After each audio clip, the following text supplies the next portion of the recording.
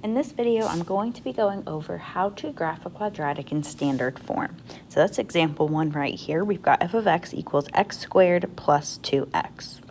When we're graphing any quadratic, we always want to start with the axis of symmetry and the vertex. So from standard form, we can find that by using the formula x equals negative b over 2a. So in order to use this, though, we need to know a and b. So going back to our standard form, remember that it is ax squared plus bx plus c. So we can use that to find a, b, and c of our quadratic. A is the coefficient of x squared. Well, we notice that there isn't a coefficient of x squared here, but there's always an understood 1 anytime there is no coefficient. So that's actually a is 1. And then b, we have 2. And you notice there's no c here, so this time we actually have a c of 0. And if you want to write that, you can, but it's definitely not necessary. So that now we see our a, our b, and our c. So I can plug in here. We get negative b, so negative 2, divided by 2 times a, which is 1. Negative 2 divided by 2 is negative 1. Right there, we have already found our axis of symmetry. It is at x equals negative 1. That also is the x value of our vertex. And now we just need to find the y. In order to find the y value for the vertex, we're going to plug this x into the equation. So I'm going to do f of negative 1. Just so you know, this right here is notation. Okay, it's just replacing the x in f of x with negative 1. It is kind of like a name. It's not math. You don't have to do anything. It just says that we're plugging negative 1 in for x. So I'm going to continue negative 1 squared plus 2 times negative 1. Now negative 1 squared is a positive 1. And then 2 times negative 1 is negative 2. 1 minus 2 is negative 1. So we find that the y value is negative 1. And there's our vertex. So I'm ready to plot these. We have an axis of symmetry at negative 1. X equals negative 1. And then we have a vertex at negative 1, negative 1. And there we go. Now, in order to get the full shape of this parabola, we need a few more points. And the best thing to do is to plug in the points that would be right next to the vertex. So if this is at x equals negative 1, I'm also going to plug in x equals 0 and x equals 1, because those are going to kind of surround the vertex. So let's plug in, let's start with f of 0. Let's plug in 0 for x. Now, while I'm doing this, this just happens to be the next point, but this is actually a special point. Do you remember what point we are finding when we plug in 0 for x? If you said the y-intercept, you would be correct. 0 squared is 0, plus 2 times 0 is 0, and 0 plus 0 is 0. So we get the ordered pair 0, 0. Let's plug in the next one. Let's go with 1, x equals 1. Now I've chosen 0 and 1 because they're both greater than negative 1, and it's better to go positive than it is to go negative. But you could have done the negative values as well. Totally up to you. All right, 1 squared is 1, plus 2 times 1 is 2, and 1 plus 2 is 3. So now we get the ordered pair 1, 3. So I will plot those points. We've got 0, 0, and then we've got 1, 3. Now we're going to use the axis of symmetry and the properties of symmetry to find the corresponding points on the other side of the vertex. So starting at one of the points, I'm going to count from that point to the axis of symmetry. I go over 1, and then I'll repeat that on the other side of the axis of symmetry, over 1. And there is where my next point would lie. I'm going to do the same thing for this point. I go over 1, 2, and so I repeat 1, 2. And there's the next point.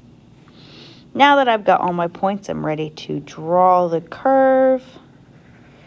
There is our lovely parabola. Now it's time to talk about the characteristics. So starting with domain. Domain is x values, and x values go from left to right. Let's see if I can do this, left to right. So we're looking at how far to the left the graph goes and how far to the right. Now, while this does get fairly steep, there's nothing that actually stops it from going left forever or right forever. And so that gives us a domain from negative infinity to positive infinity. Now, this will always be the domain for a quadratic when we're not doing word problems. So any quadratic, unless it's a word problem, will have this same domain. Now, range is y values. Remember, y goes up and down. So as we go down, we go up. It's up and down, up and down. Now, looking at this graph, does it go up forever? Yep. Ooh, there we go. Up, up, up, up, up. Now, does it go down forever? Nope. It does not go down forever. See, it gets stopped right here. It stops decreasing here. And then it goes up again. So this right here, this point would be the lowest point on this graph. And if you notice, that was already a special point for our quadratic. That point is the vertex. So the lowest point on the graph, or in other cases, the highest point on the graph will always be at the vertex. The range for this one, we always start low to high. So the lowest value is here at the vertex. And that value is -1. And the reason it's -1 is because it's at -1 on the y-axis. Remember, range is y values. From there, the graph goes up forever, so it continues up to positive infinity. All right, this next question kind of relates to what we just talked about. Does this graph have a maximum point or a minimum point? Does it have one point that is the very highest or one point that is the very lowest? And in this case, we have a minimum. The minimum is at the vertex, so -1, -1. The maximum point will always be your vertex. The only thing that will change is whether it's a maximum or a minimum. Let's take a second to think about this. It'll be a minimum when we have the shape we have right now, but it would be, side note, a maximum if our shape looked like this, because then we'd have a max point at the top. Remember, to get our curve to flip like this shape, that is when you have a -a. So just know that just by looking at A, if it's positive or negative, we can tell the shape, but we can also tell if the graph will have a maximum or a minimum point. All right, next up is intervals of increase. So I'm going to go ahead and shade my graph where it is increasing. And for increasing, remember, we imagine that this roller coaster is going from left to right, and we're looking for where is the roller coaster going up versus where is it going down. So the roller coaster goes up on this side, it is going down on this side. So there's our interval of increase and decrease. For increase, it starts increasing at the vertex, and we write our intervals in terms of x values. So this interval will be from -1, because that's the x value, and until infinity, because it increases the whole rest of the graph until we get to positive infinity for the x's. It is not infinity because it's pointing up. No, it's infinity because we're moving to the right. All right, the interval of decrease. Now, for decrease, it starts decreasing wherever the graph starts.